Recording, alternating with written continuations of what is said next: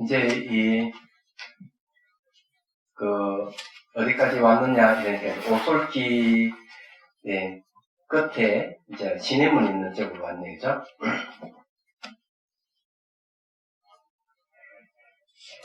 제가 읽어보겠습니다.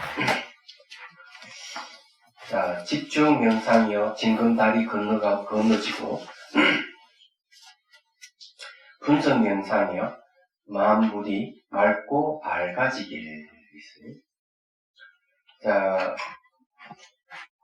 지금 이제 집에서 출발해가지고, 이거는 수행은 이거 일각다식 명상을 어떻게 해야 되느냐, 이런 상상으로 해야 돼요. 상상으로 하는 게 아주 중요해요. 그래가지고 집에 거실을 다시를 삼아가지고 그래서 차를 마시고 이제 명상 정원으로 들어가는 겁니다. 문을 열고 들어가면은 상상을 해보면 상상이 잘 안 되면 그림이 있거든요. 그림을 이제 한 번씩 보고 상상하면 돼요. 그래서 이제 명상 정원에 들었으면 이제 방위꾼이 있어요. 토끼와 원숭이. 토끼는 이제 혼친, 원숭이는 들뜸이거든요. 그래서 이 수행에 방해놓으면, 사마타 위파사나 수행을 방해놓으면 방해꾼이에요. 거의 돌아보지 않고 발바닥 감각 알아차리기 하면서 쭉 이제, 시냇물까지 있는 데까지 오는 거예요. 이 상상이 되거든요. 그러나 시냇물 가까이 왔을 때 이제, 시냇물은 뭘 상징하느냐? 마음을 상징해요. 마음을 이제 상징을 하기 때문에, 탁한 물은 탐심, 그 다음에 이제 물이 이렇게, 아주 냄새 고약하고 이러는 거는 이제, 비윤리적인 행위를 했을 때 나는 냄새. 그 다음에 이제 물이 불불 끓는 거는 이제 분노하는 거. 그런데 이제 이걸 건널 때마다 물이 맑아지고 향기롭게 되고 불불 끓던 이제 물도 이제 잔잔해지고 이런 거는 마음의 변화가 일어난다는 걸 얘기를 하는 겁니다. 이제 그렇게 해서 이제 건너가는 얘기가 요 내용입니다. 그래서 이게 육바라미를 이제 이렇게 얘기를 상징적으로 이제 6개의 징검다리 건너가는 걸 상상하게끔 한 거예요. 근데 이제 이 상상한다는 것 자체가 매우 중요하다는 걸 말씀드릴게요. 어릴 때는 상상이 잘 되다가 나이가 들면 상상이 안 되는 경우가 많은데 그런 경우는 벌써 감성이 죽었다 이렇게 얘기를 해요.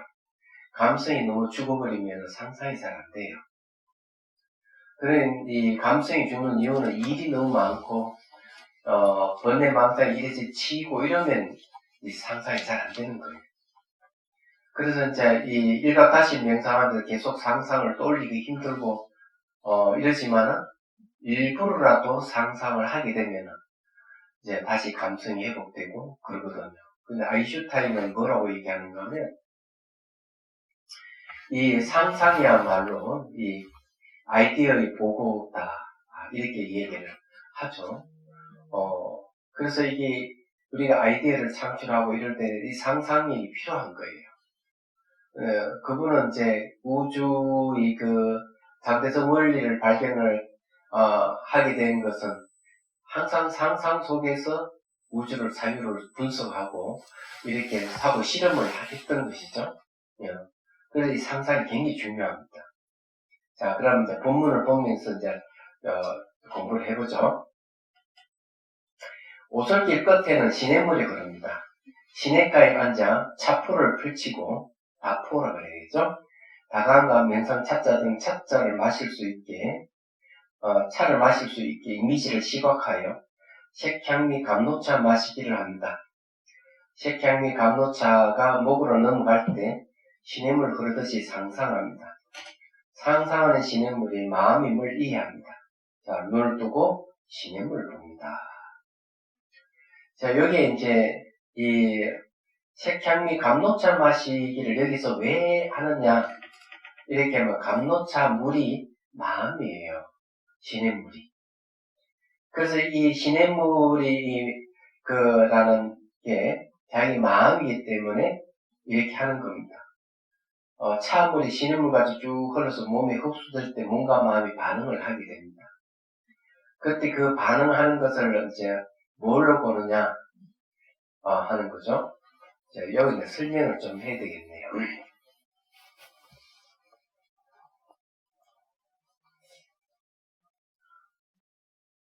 이런 감론차 마시기를 하면은 처음에는 뭐 반응이 없는 것 같이 이렇게 되다가 계속 반복을 하게 되면은 안에 이제 안개같이 피어오르기 시작해요.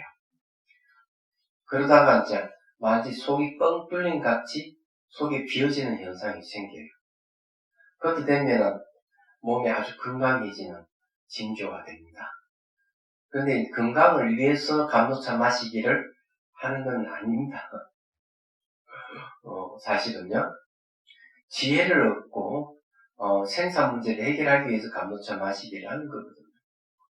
그래서 이제 건강의 입장에 보면은 아주 기운이 좋아지고 허리가 펴지고 그러는 현상이 생겨요. 몸이 아주 가벼워지고. 그런데 이제 감로차를 마시기를 하면은 몸이 반응하면서 일어난 현상들을 무상하게 보는 거. 예, 매 순간 일어나고 사라짐으로 무상하게 이제 관찰이 가능하다면 그때부터 지혜가 생깁니다.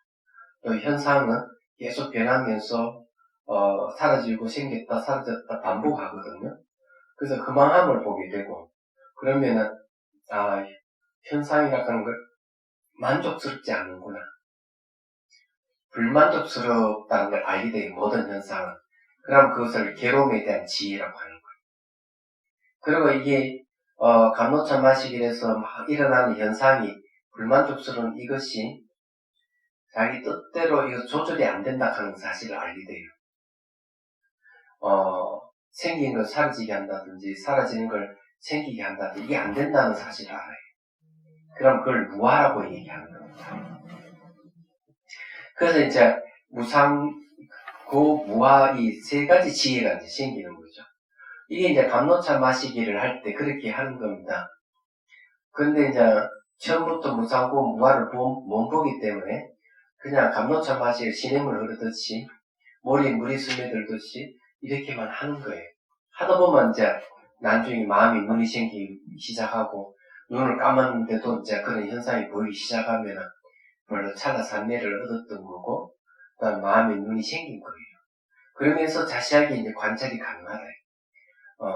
얘기하자면 그러면 사람이 이제 그때부터 본격적으로 삶이 바뀌기 시작을 하는 거예요. 그 전에 바뀌는 거는 이제 바뀌기는 하는 거는 그렇게 강력하진 않아요. 속이 뻥 뚫리는 현상, 뭔가만 아주 가벼워지고, 그러면 얼굴색이 아주 깨끗하게 되기도 하고, 더 좋게는 피부색이 아주 투명하게 되기도 하고 이래요. 근데 그는 이제, 그게 굉장히 충격적으로 이제 와 닿을 수 있어요. 그러다가 몸이 사라져 버리니까.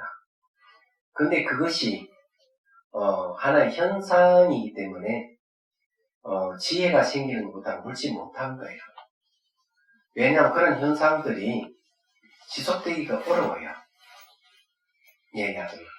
그래서 무상고 무아로 와버리면, 지혜가 딱 생기버리면은, 그런 지혜를 체득한 단계에서는 어떻게 현상이 바뀌더라도 지혜는 바뀌지 않거든요.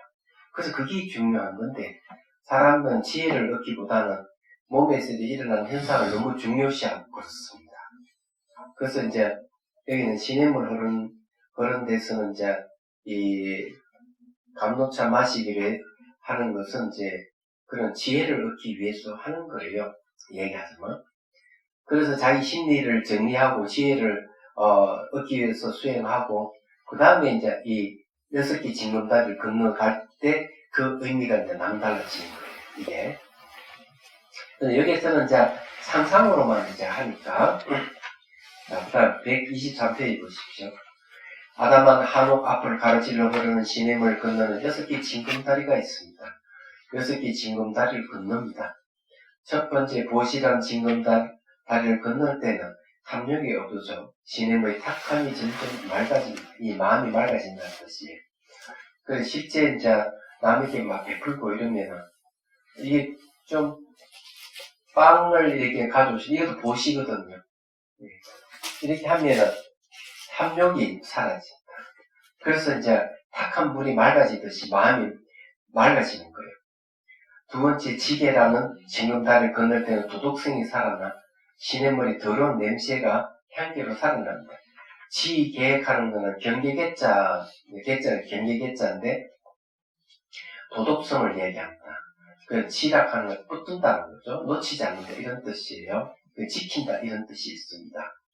자, 세 번째, 인욕이라는 징검다리를 건널 때는 분노의 감정이 사라져 들끓고 오르는 시냇물이 잠잠해집니다. 네 번째, 정기는 징검다리 건널 때는 시냇물 흐름이 빨라집니다. 이런 보시지기 인욕을 행하여 긍정적인 마음이 가속되기 때문입니다. 다섯 번째, 선정이라는 징검다리 건널 때는 번뇌가 일어나지 않아 흐름을 멈춘 것 같이 잠잠해지고 거울같이 맑고 투명해지고 이게 명경지수라고 해요. 이 선정이라 하는 상당히 중요한데 보통 제가 선정을 얘기할 때 막 혼침같이 그렇게 얘기하는 분들이 계시더라고요. 그건 혼침이지 그건 선정이 아니에요. 선정은 명경지수같이 이 말은 하늘에 비가 쫙 와서 먼지가 깨끗이 씻겨나온 가을 하늘 같은 그런 마음 상태 이렇게 생각하면 돼요. 여섯 번째, 지혜라는 징검다리 건널 때는 무지가 사라져 모든 현상이 맑은 거울 같은 시냇물에 반영하여 반영임을 드러나고 마음이 햇빛 비치는 그 호응같이 됩니다.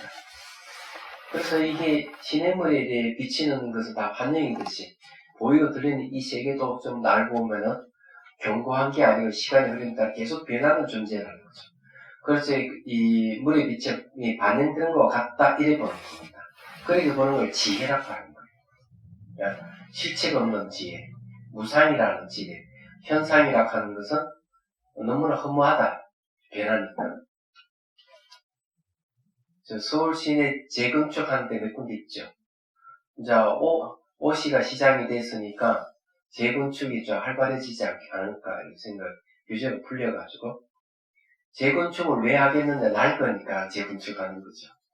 그런 형태가 있는 거는 그렇게 낡고 변한단 말이에요. 그게 무상이에요. 다른 말로 하면 허망하단 말이에요. 그러니까 만족스럽지 않기 때문에 이 아파트가 낡고 이러니까 만족스럽지 않기 때문에 어떻게 새로 지으려고 하는 사람들은 만족스럽지. 그게 고라고 하는 거죠. 괴로움이라는 겁니다. 만족스럽다면 괴로움이 없어요. 그런데 현상은 한번 세월이 흐르면은 망가지기 때문에 만족스러움이 없는 거예요. 여러분 무슨 말 이해가 되시죠?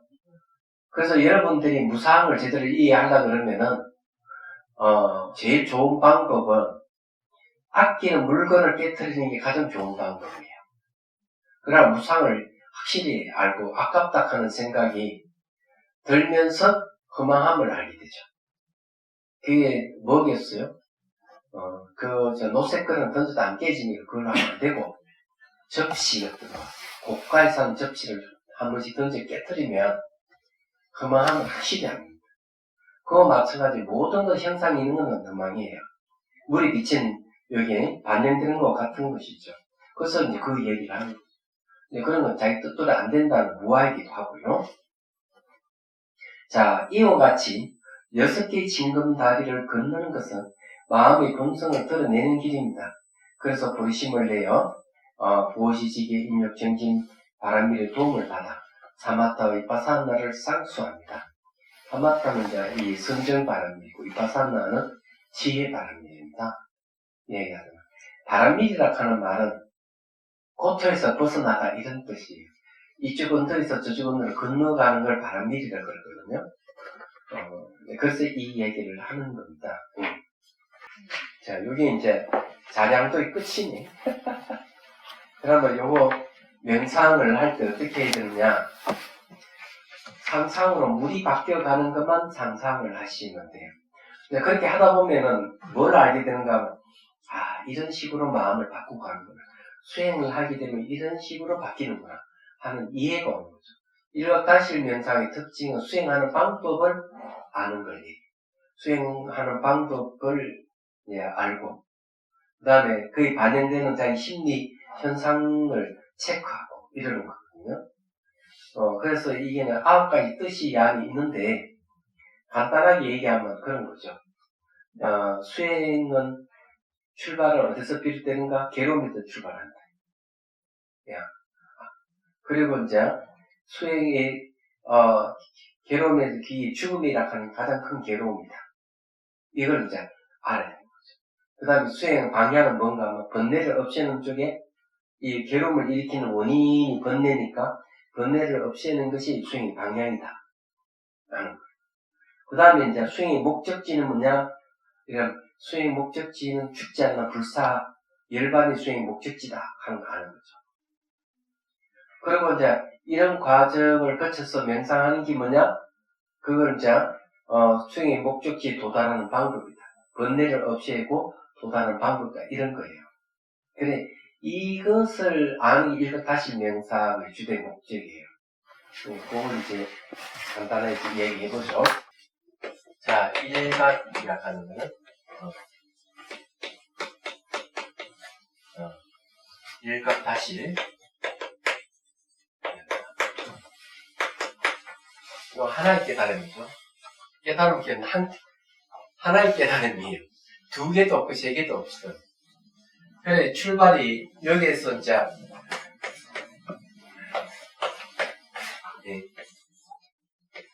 자기 집에서 출발해가지고 자 이래 이제 가면은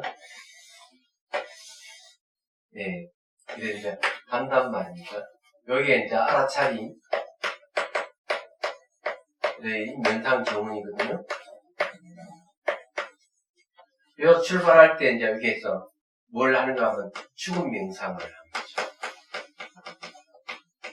죽음 명상은 이제 오락하는 얘기예요. 괴로움 고쳤어. 그 다음 알아차림 명상 정으로 들어가는 거는 여기에서는 이제 괴로움을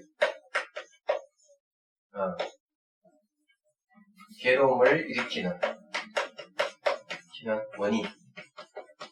원인을 제거한다. 그렇죠?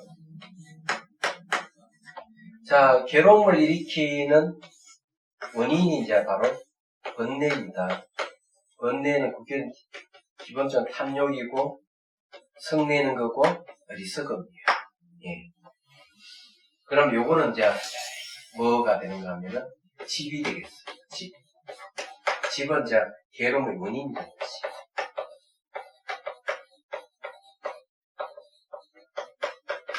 요거는 이제 괴로움이고요. 그 다음에 이제 가다가 이제 이런 시냇물을 만나요. 치, 시냇물을 쫙 만나요. 여기서 이제 하나, 둘, 셋, 넷, 다섯, 6개 징검다리를 건너가는 거죠. 그러면 여기에 이제 뭐가 있느냐.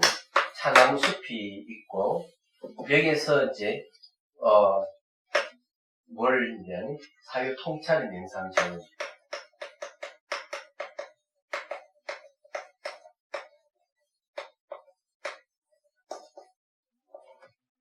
명상정원이라고 하는 거는 이제, 여기서 이제 수행하는 공간을 얘기합니다. 그래서 여기에 이제, 정자에 또 앉아가지고, 차를 마시면서, 이 사회 통찰하면서 명상해요. 여기서 이제, 끝이 뭔가 깨달아요. 깨달음이 뭘 깨달았느냐? 여기 이제, 그 불사, 죽지 않는 걸 깨닫는 걸. 그 여기에 이제, 열반이다. 다른 말은 공승이에요. 그래서 요걸 이제 죽지 않는 거 여기에 이제 깨닫게 되는 거죠. 여기에 이제 목적지를. 그 목적지가 바로 고통의 원인이 소멸됐다가 멸하는 거예요. 그러니까 멸이죠. 그럼 이 전체는 일각다실 명상 이 전체는 뭐냐 하면은 이거는 도가 되겠습니다. 요거는 이제 도락하는 거는 여기에 불사에 이르는 방법을 얘기하죠. 그러니 고통의 원인이 소멸을 얘기합니다. 지금 여기 이제 1차입니다, 이게. 그 다음 여기 다시 이제, 가는 건 또 있어요. 깨달음의 명상경은, 그러니까 부경도에 이제 이렇게 있는데, 그걸 딱. 그러니까 불사이라는 곳이 두 군데나 있는 거예요. 1차는 여기에요. 여기까지. 그래, 사유통찰의 명상경을 한번 깨달아. 그 다음에 이제 다시 깨달은 명상경원부터 이제 깨달음이 점점 상승해가는 그런 단계에 와서 완전한 깨달음에 이제 이르게 되는데, 1차는 요까지 딱 하는 거예요. 그리고 우리가 좀 공부는 요까 넘어오는 데까지 공부를 했어요.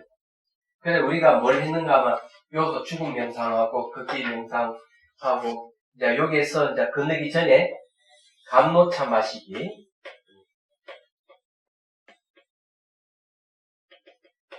감노차 마시기 명상을 같이 하고요. 그 다음 여기에서 이제 사유통찰이죠. 명상 중에 사유통찰을 해야 돼요. 어떤 걸 사유통찰? 관계성을 이제 사유통찰해서 그 다음에 동성을 깨닫는 겁니다. 그래서 깨달음의 뜻이 동이고 바로 열반이다 하고 원효스님께서 얘기를 합니다. 근데 이제 제가 이렇게 구구하게 설명하는 건 뭐냐면은 일각다실 명상은 저렇게 고지 멸도하듯이 괴로움과 괴로움 원인과 괴로움 원인 소멸과 괴로움 원인을 소멸하는 방법, 이 네 가지를 알게 하기 위한 전개를 바로 세우기 위해서 일각다실 명상을 하는 거예요. 그런데 그것을 이미지로 상상으로 할 뿐이지 깊이 사유까지 할 필요는 없어요. 처음에 할 때는 그래요. 그렇게 하다가 이제 내가 배운 것을 하나하나 그 안에 적용시키면서 수행할 수 있는 공간이 있어요. 그러면은 이제 감노차 마시기를 한번 해보도록 하죠. 감노차 마시기 명상을 하면 뭐가 좋냐. 제가 이건 한 100번도 더 하는 이야기인데 한 번 더 안 들으신 분을 위해서 감노차 마시기 명상은 이제 일상생활에서 응용하기가 상당히 좋다. 그래서 2019년도에 마나솔루 들킴 명상을 하러 갔을 때 거기에 이제 4,400고지가 마나솔루 1차 캠프예요. 그게 한 캠프가 5개나 있더라고요. 근데 우리는 제 첫 번째 캠프까지만 가기로 했어요. 그 높이가 8,200m 정도 되니까 꽤 높죠.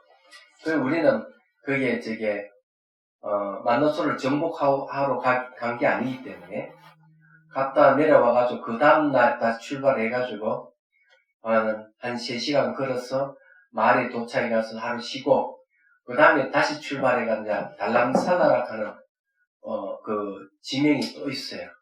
인도 달람살라도 아니거든. 예. 거기 가서 이제 하룻밤 자는데 거기는 4,500고지야. 그거는 전기도 아무것도 없어요.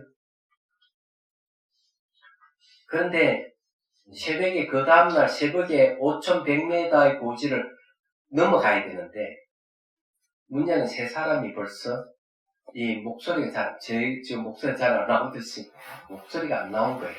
목이 통증이 아프고 말소리 잘 안 나오고 그럼 목이 고장났다는 거는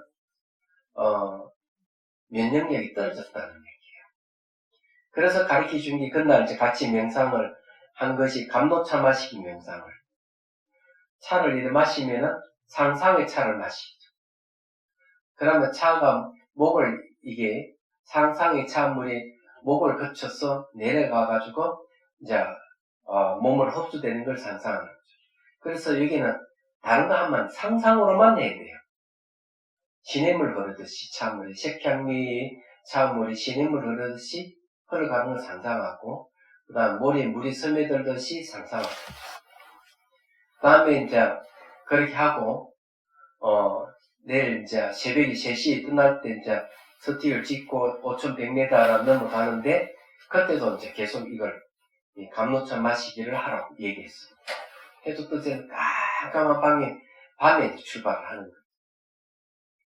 그래서 이제 5,100m 고지에 이제 들어섰을 때 이제 해가 뜨기 시작을. 그래서 거기에 이제 중간에 또 찻집이 하나 있어요. 대부분 이제 트레킹 하러 온 사람들, 유럽 사람들 제일 많았어요. 동양인은 뭐 거의 없고 우리들 뿐이고. 그래서 거기에 찻집이 있어가지고 다시 짜이를 한 잔 마시고 또 이제 출발을 또 했는데 중간쯤 이제 5,100m 중간쯤 왔을 때 벌써 목소리가 터지기 시작하는 거죠. 제 사람이 이제 목이 아프고 이게 목소리도 안 나오던 게 이제 말소리가 목이 통증이 깔아는 거죠. 그냥 감로차 마시기만 했다. 걸어가면서 한번 생각을 해보십시오. 그래서 이 감로차 마시기라고 하는 거는 일상생활을 응용하기 상당히 좋은 거예요. 그게 굉장히 실제로 도움이 되는 거거든요. 그리고 여기에 목이 뭔가 하면은 면역의 한 30% 면역력을 담당하는 게 목입니다. 여기 불의 요소 근거지라는 거죠. 그 다음 배에 있는 장이 한 70% 정도의 면역력을 담당해요. 그래서 차를 마시면서 머리에 물이 스며들듯이 할 때 이제 목에 자극을 주고, 그 다음에 내려갔을 때, 시냇물 흐르듯이 할 때는 목에 자극을 주고, 머리에 물이 스며들듯이 할 때는 장이 자극을 주는 거예요. 마음이 시냇물 같이 흘러서 섭수되는 걸 얘기합니다. 이게 장점이 뭐냐 이러면은, 우리는 보통 기공하는 사람들은 길을 의도적으로 막 이래저래 움직이고 돌리고 이렇게 하잖아요. 그럼 몸이 망가질 가능성이 많아요. 그럼 이거는 상상으로 하기 때문에 지가 알아서 기운 흐름이 형성돼 지 길을 따라서 지가 알아서 흐르기 때문에 문제가 없는 거죠. 의도가 안 들어간단 말이에요. 근데 의도를 배제하고 지가 알아서 찾아가게 하기 위해서 시냇물 흐르듯이 머리에 물이 스며들듯이 하고 상상을 하는 거죠. 그럼 이치는 뭐냐? 이치는 이겁니다. 이건 딱 기억해 두면 돼요. 자, 여기 이제 감로차 마시기 핵심 뭐냐면 상상 들어갑니다. 그러면 이 원리가 왜 되느냐 이러면은 원리를 설명하는 겁니다. 마음이 있는 곳에는 기운의 흐름이 있다. 요거예요. 이렇게 되면 다 지어지는 거야 보니까. 마음이 있는 곳에는 기운의 흐름이 있다. 이게 중요한 거예요. 그래서 길을 돌리고 이렇게 할 필요가 없는 거예요. 알고 보면. 그래서 여기에 요거 상상이 뭡니까? 요거 상상이 마음이잖아요. 내가 마음으로 상상하니까 이 마음이 있는 기운이 생겨가지고 흐름이 생기는 거예요. 우리 저기 앞에 네 가지 마음적인 공부 안에 있고 주석서에도 대형적인 주석에도 그렇게 마음을 내니까 기운에 의해서 의도가 저기 뭡니까? 의도가 아니고 기운이 생기니까 그게 이제 마음이 생기는 거예요. 그 다음에 이제 몸의 움직임이 생긴다. 이렇게 나와 있어요. 똑같은 이야기. 내가 걸어가고자 하는 마음을 내니까 바람 요소가 생기고, 바람의 요소가 뭘 생기게 하는가 하면은, 그걸 마음이, 움직이게 하는 마음을 또 생기게 하고, 그것에 의해서 몸의 움직임이 일어난다. 이랬어. 뭐라 했더라? 의도는 아니고, 그런 건 직접 봐야 되는데. 아이고, 자, 제가 책을 한번 보겠습니다. 암시. 응? 암시. 바람의 요소가 암시. 암시. 근데 암시하는 마음이 생기면, 자, 의도에, 바람 요소에 암시가 생기고, 마음을 걸어가는 움직임이, 몸의 움직임이 생기고, 4단계예요. 4단계.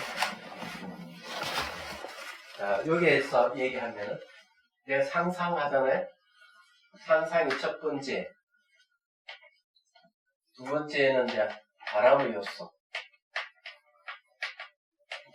자, 바람 요소 생기고, 바람 요소에 시냇물 흐르듯이 하는 건 암시가 생기죠, 암시. 네? 암시가 세 번째. 암시가 생기니까, 그 다음에, 몸의 반응. 몸의 반응이 4번째. 이렇게 되는 거죠. 딱 저 논술을 근거해서 딱 하면, 저런 과정을 거치는 거예요.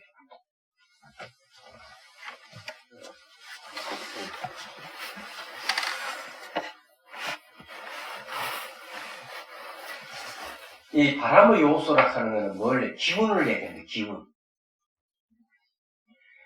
예를 들어가지고 여러분들이 화가 났다 이러면은 몸에 기운이 생깁니다. 어떻게 생깁니까? 열이 쫙 위로 올라오는 기운이 생기네. 화가 났다. 화가 하는 마음이잖아요? 그 다음 기운이 생기잖아요? 그 다음에 어떻게 해요? 눈이 막 이렇게 커지면서 손으로 때리려는 암시가 생기고, 그 다음 쫙 나가는, 발이 나가는, 그래서 상대를 타격을 주는 거예요. 딱 맞잖아요, 딱 보면. 그래서 이 원리가 뭐냐면, 마음이 일어나는 곳에는 기운이 흐름이 있다는 게 얘기예요. 기운의 흐름이 있기 때문에 암시가 있고 몸의 움직임이 있다. 이해가 되시죠? 제가 저런 이야기를 언제 들었는데, 2003년도에 그 인도 다람살라에 있을 때 달라이 라마 스님 법문에 그 얘기 나왔어요. 바람 요소가 의식에 영향을 줘서 망상을 일으킨다. 이렇게 한 거예요. 네, 똑같은 내용이요. 알고 보면. 그리고 여기서도 이 얘기를 할 수가 있다.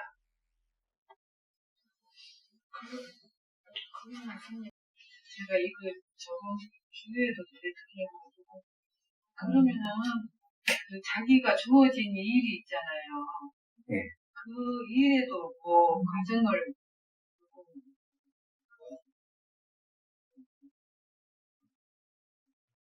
다실 명상식으로 연결해서 마시 스님. 다실 명상식으로 내가 주어진 일이 뭐 있다면은 거기에 맞게 이렇게 할 수 있느냐 제 의견이 그렇게 하면 안 되고요. 안 돼요. 네. 그게 맞추려고 하면 절대로 안 돼요. 다만 내가 하고자 하는 일들이 바로 이런 4가지 과정을 거쳐서 이루어진다는 이해만 있으면 돼요. 근데 이게 4가지를 맞춰서 하는 거는 안 됩니다.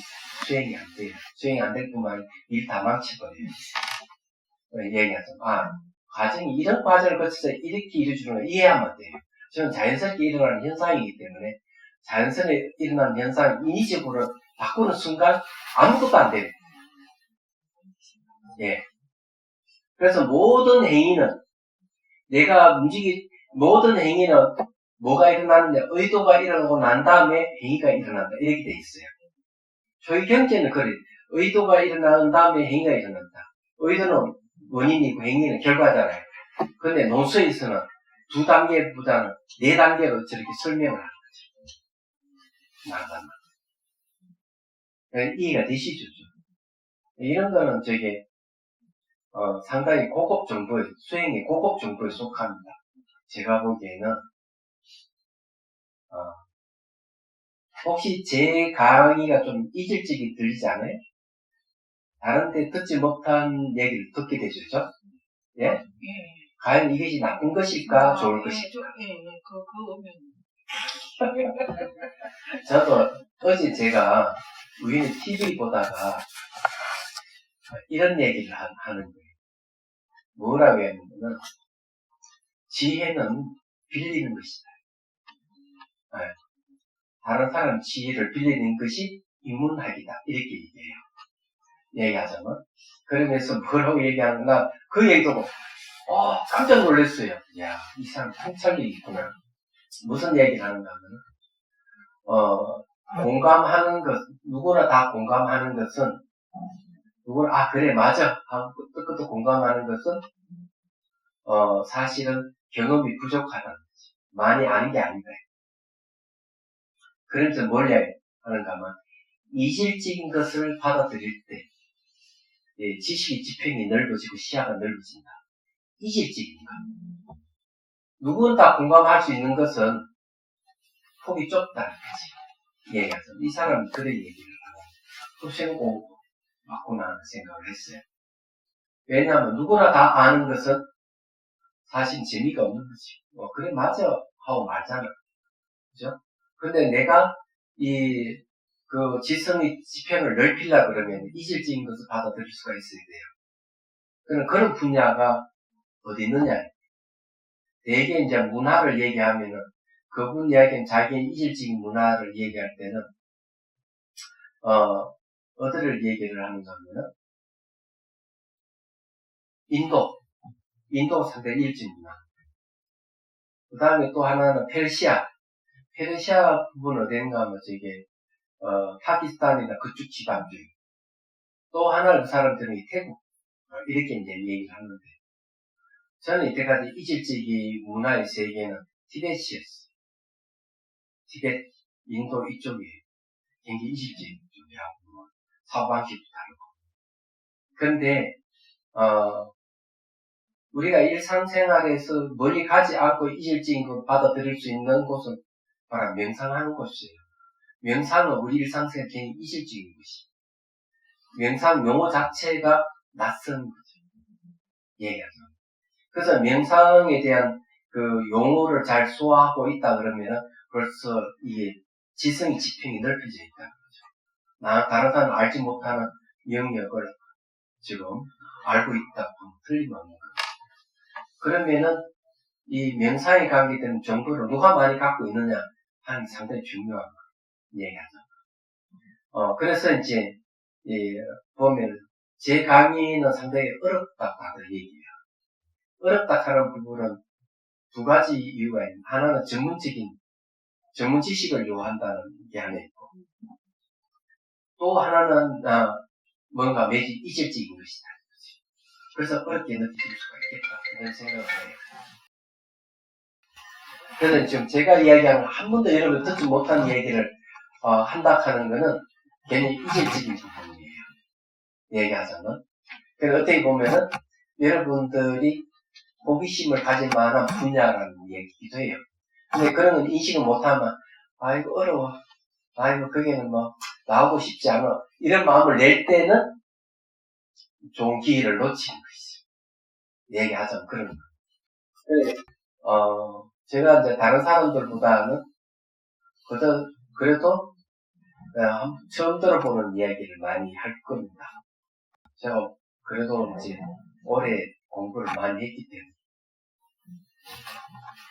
자, 그러면 명상 한번 해보도록 하죠.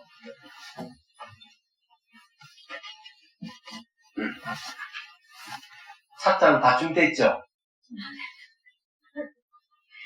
오늘 수업을 빨리 끝난다고 저 찻잔 준비 안 했는데요. 그래서 오늘 배웠으면은 집에 가서 한번 응용하시고요. 걸어갈 때, 차를 타고 갈 때도 해도 좋아요. 자, 한번 해보도록 하겠습니다.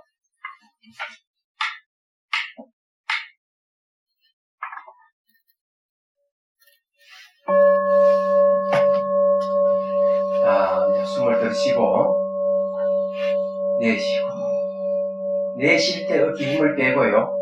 척추는 곧게 세우는 게 중요해요. 많이 내쉬다 어깨 힘을 뺐는데 척추를 곧게 세우지 않으면 등이 굽어집니다. 그래서 딱 펴줘야 돼요. 자, 시선은 코끝이 잠시 둡니다.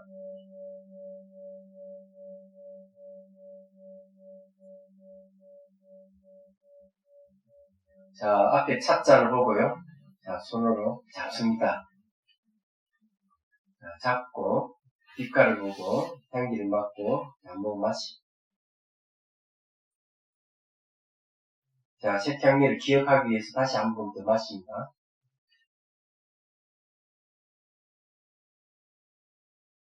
자, 내려놓고요.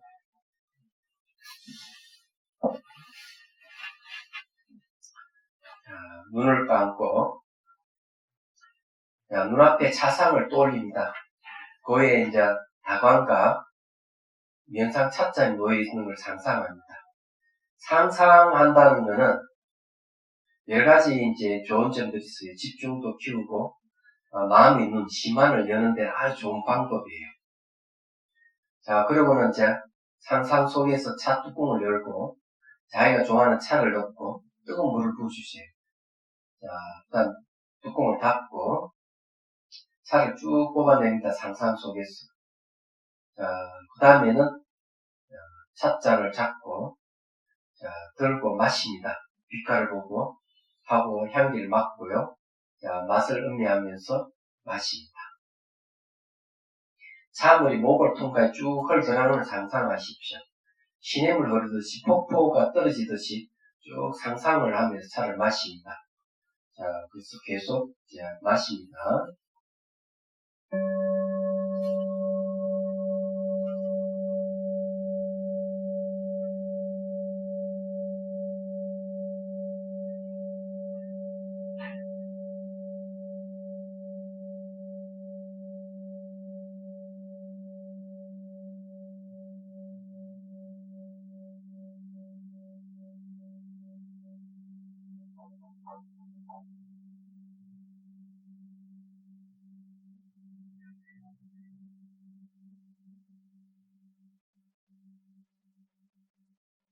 자, 이제 머리에 물이 스며들듯이 또 상상해 봅니다.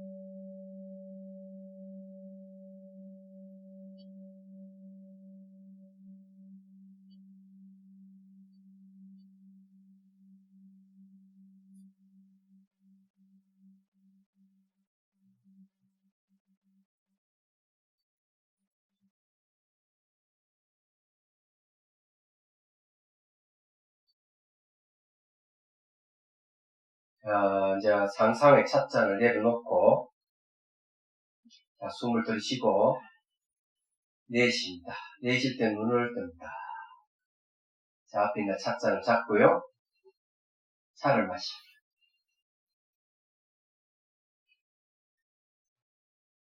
자, 내려놓고 가만히 차물이 몸을 쭉 흡수되는 걸 쭉 지켜봅니다.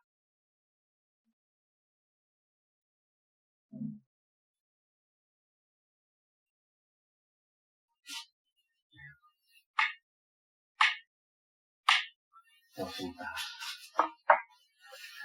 여기 이제 감독차 마시기. 우리 한 5분밖에 안 했습니다.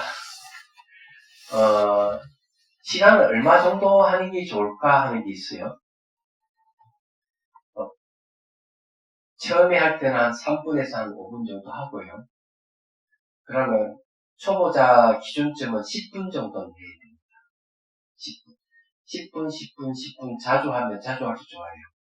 그리고 10분이 늦거니 할 수 있으면 이제 한 또 10분 늘려서 한 20분 정도 하는 거죠. 그래 앉아가지고 딱 앉아서 자선자서치하고 하기 좀 힘들면은 의자에 기대고 상관없어요. 탁자에 해도 되고. 그래서 이제 눈을 감고 한 20분 정도 계속하고 이렇게 하면은 제 생각에는 한 2, 3일만 하면 몸 변화가 올 겁니다. 내가 몸을 일부러 막 이래저래 의도도 바꾸는 게 아니고 상상을 하기 때문에 몸은 전혀 그게 없어요. 문제될 게 하나도 없습니다. 잘못하면 이 몸이 망가질 수가 있거든요. 기공하는 사람들이 기공병이들을 고생하는 이유가 의도적으로 몸을 갖다가 그렇게 만들기 때문에 그런 거예요. 이거는 지가 알아서 기운이 흐르도록 하는 거죠. 그걸 통해서 몸에 이제 변화가 일어날 때 이제 무상고 무화를 이제 그런 방법입니다. 그리고 이제 요게 이 징검다리 건너가는 상상은 이게 물이 흘러가는 이게 탐진치 물이다 생각하고 징검다리 건너갈 때는 탁한 물이 막 흘러가는 게 맑아지는 걸 이렇게 상상하는 거예요. 냄새 나는 걸 향기로 상상하고 그걸 바꾸는 거죠. 막 불불 끓던 물이 잠잠해지는 걸 상상하고 그 다음에 이제 물이 빨리 흐르는 걸 상상하고 맑고 밍밍수수하게 되는 걸 상상하고 물이 비치는 걸 상상으로만 하면 되는 거예요. 이 일각다실명상 처음에는 그렇게 하고 그렇게 하다가 이제 오늘 이제 여기 감로차 마시기를 오늘 배웠다 이러면 상상으로 진액가에 이제 머물러서 감소 마시기를 한번 하고 또 상상으로 끝나가고 이렇게 이제 이렇게 하다가 이제 하면은 선명하게 내가 앉아있는데 이미지를 떠올리는 게 선명해지고 이러면은 의식이 명료해졌구나. 이걸 알 수 있고 내가 마치 눈을 감고 보는데도 그 이미지를 생생하게 보고 있다 그러면 그걸 심안이 생긴 거. 심안이 생겼다 그러면 찰나삼매가 생겨서 벌써 마음을 보는 힘이 생겼다. 그것이 이제 아주 이것이고 이러면은 이래 앉아있는 상태에서도 주변을 다 볼 수 있는 힘이 생겨요. 예. 주변을 본다 하는 것은 결국 이미지를 보는 거거든요. 예, 그게 뭐 신통은 아니에요. 예. 제가 이 앉아있어도 이게 다 보고 있는 이유도 그래요. 이 빌딩 높이까지 보여요. 저기도 거기도 보고요. 예, 서울역도 다 보여요. 강화문도 다 보이고. 왜 그러냐 하면은 이렇게 이제 마음이 눈이 열리고 이런 수행을 하게 되면 주소를 그렇게 보게 되는데 신통방통한 건 절대로 아니에요. 결국 내가 한번 봤던 것이 이미지가 마음에 저장되어 있다. 그 놈이 딱 이렇게 보여주는 거예요. 그걸 이제 우리가 객관적으로 본다. 이렇게 할 수 있습니다. 대신에 그렇게 하면 좋은 점이 뭐냐 하면 그것이 점점점 더 익어지면 아주 청한통이 멀리 가까이 볼 수 있는 능력이 생기고 그러는 거예요. 얘기하죠. 그러다가 이제 그게 더 심화되면 이제 미래 일을 다 볼 수 있는 능력이 또 생기고 이러는 거예요. 근데 우리는 신통을 얻기 위해서 공부하는 게 아닙니다. 네. 우리는 지혜를 얻어야 돼요. 자, 124페이지. 판에서 공으로 가는 길. 사유 통찰의 명상 전문이에요. 여기 이제, 이 환에서 공으로 간다 하는 공이 뭐냐면 깨달음입니다. 공이 바로, 깨달음의 뜻이에요. 깨달음의 뜻이 뭐냐? 공이다. 그래서 원효스님께서 얘기를 하고 있습니다. 그래서 이렇게 공은 뭔가 하면 깨달을 각을 얘기하는 거죠. 화는 뭘 하면 바로 지혜가 생기죠. 마지막에 우리가 신임을 건널 때 물에 비친 모든 것은 이게 환영이듯이 이 세계도 다 실체가 없다 하는 걸 안 거예요. 그러면 이제 어디로 옵니까? 환에서 이제 공으로 이제 이 환의 본질이 비어 있다 하는 쪽으로 실체가 없다 하는 쪽, 내 자리에 아무것도 없다 하는 쪽으로 이제 가는 거예요. 그래서 환에서 공으로 가는 길이에요. 이 단계는 뭔가 하면은 가행동. 더할 각자 행하는 입장 힘을 더 내는 곳이니까 사마타 이빠사나를 쌍수하는 단계에 들어온 거예요. 그 이거는 여러분들은 이 경지에 간 건 아닌데 이때는 이런 수행을 하는구나 하는 걸 이해하는 거죠. 그래서 일각다시 명상은 상상으로 하는 명상이다 하는 이유가 그게 그렇지만 여기서도 이 방법을 익히면은 여기서도 관계에서 통찰 사유하는 방법을 배우는 거예요.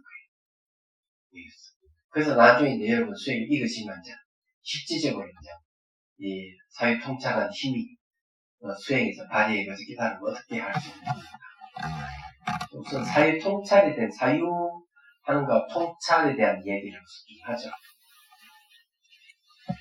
사유는 왜 하느냐 이렇게 하면 눈으로 볼 수 없고 손으로 만질 수 없는 것은 사유를 통해서 파악을 하는 거예요.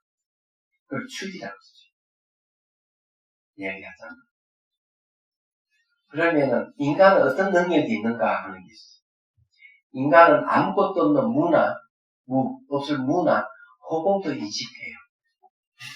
그게 마음의 특성이에요. 그게 사유하는 힘입니다. 그런데 하물며 공성은 역시 사유에 의해서 드러나는 거죠. 그러면 어떻게 그걸 드러내냐, 사유를 어떤 사유를 해가지고 어떻게 드러내느냐가 아주 중요한 거예요. 사유는 관계성을 사유를 합니다. 그냥 눈에 보이고 들리는 걸 가지고 관계성을 사유를 해가지고 공성을 통찰하는 거예요. 통찰은 지혜를 얘기해요. 통할 통짜, 살필 차리. 그래서 요거 이제 과정이 이렇게 되는 거예요. 여기에서 하는 거는 이런 거예요.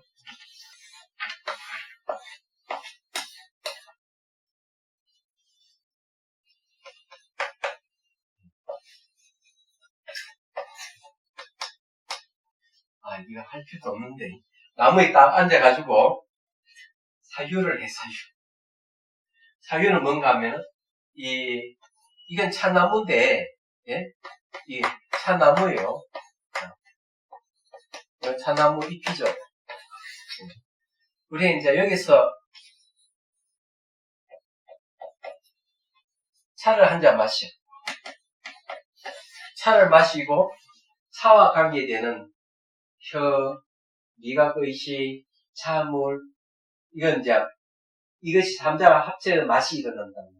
그 다음에 차를 배달해 주는 사람, 차를 긁는 사람, 그 다음에 차를 따는 사람, 그 다음 뭐가 있어? 차나무가 있어. 그 다음에 이제 차나무를 통해 가지고 흙이 있어야 되고, 차나무 살려면 물이 있어야 되고, 바람이 있어야 되고, 공간이 있어야 되고, 햇빛이 있어야 된다 알게 돼요. 햇빛은 태양에서 태양 우주에 있는 거예요. 이렇게 차 맛을 통해서 관계성 통찰 사유를 쭉 하다 보니까 뭘 알게 되는가? 우주와 있다 연결되어 있네. 차를 마시는 것은 그냥 내 혼자 마시는 게 아니고 우주의 모든 것들이 차를 마실 수 있는 조건에 있어 내가 차를 마실 수 있구나 하는 걸 알게 되는 거예요. 그럼 이는 상호 의존 관계를 통해서 최종적으로 알게 되는 게 뭘까요? 여기 내재하는 게 아무것도 없구나. 독립된 게 아무것도 없구나. 그게 공이에요. 그래서 상호 의존을 사유를 해가지고 공성이라고 하는 걸 드러내는 거죠. 그래서 공성을 드러내서 통찰하는 거예요. 통할, 통찰, 사찰. 지혜를 다른 말.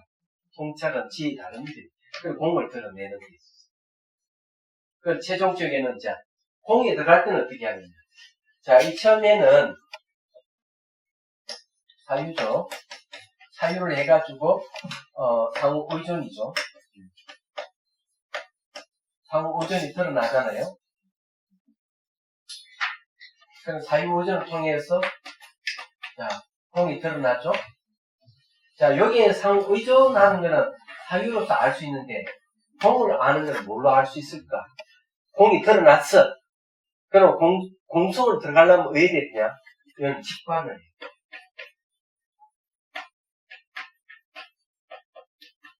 사유는 뭔가 하면 이건 추리입니다. 추리. 얘가 추리를 통해 가지고 상부전 추리의 공성을 드러냈다.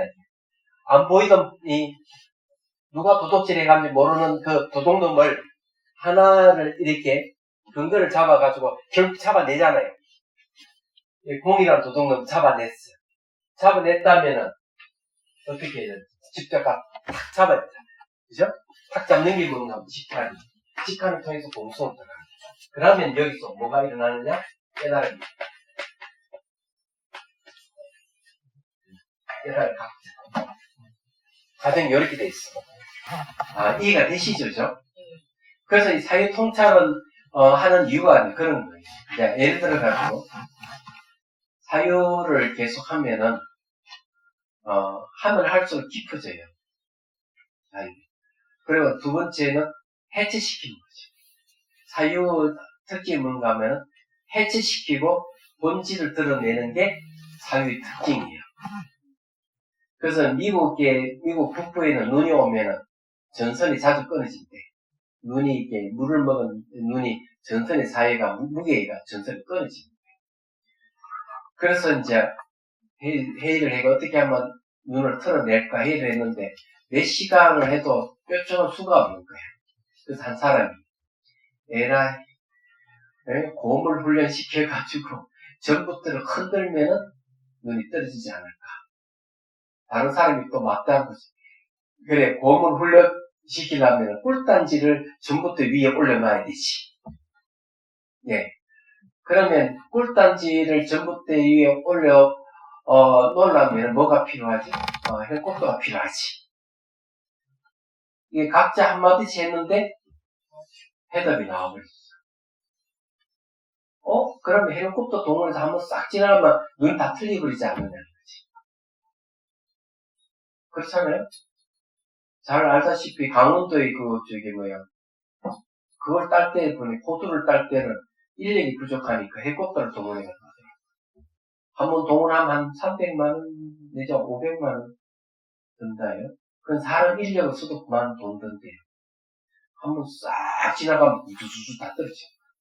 그 바람에 때문에. 헬리콥터 바람에 의해가지고 눈이 떨어지는 것이. 그래서 이 사유를 하게 되면 결국 그렇게 범인을 잡아내듯이 딱 문제 해결할 수 있는 거예요. 그럼 드러난 것은 직관을 통해서 드러나는 거예요. 그러니까 이해가 되시죠? 무슨 말인지.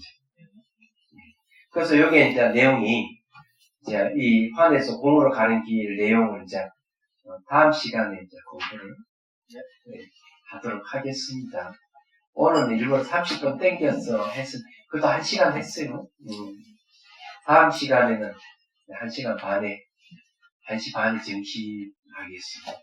1시 반에 해야만 음식을 제대로 먹을 수 있겠더라고요. 예. 오늘 급히 가가지고 먹고 급히 왔어요.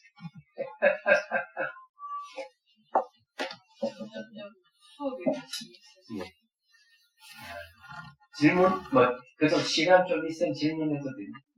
그래서 제가 이거 명상할 때 있잖아요. 예. 제가 이제 되게 참선을 집에서 지금 하고 있는데요. 네. 자꾸 힘을 안 주고 싶은데 힘이 자꾸 가요. 어디다 힘 줍니까?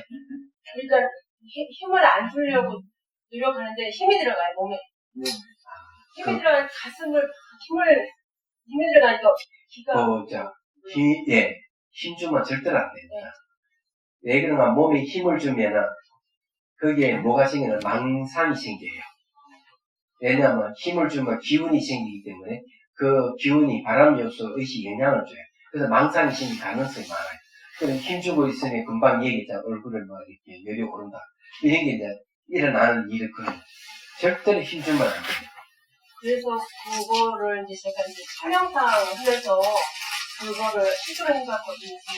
그런데 이제 할 때 제가 막 이렇게 눈이 이렇게 조금 눈물이 자꾸 나고 힘을 주니까 또 코 쪽에도 아프고 그러면은 명상하면서도 이 차 마시는 차 물이 이런 데를 스며드는 그런 명상을 같이 이렇게 해도 돼요.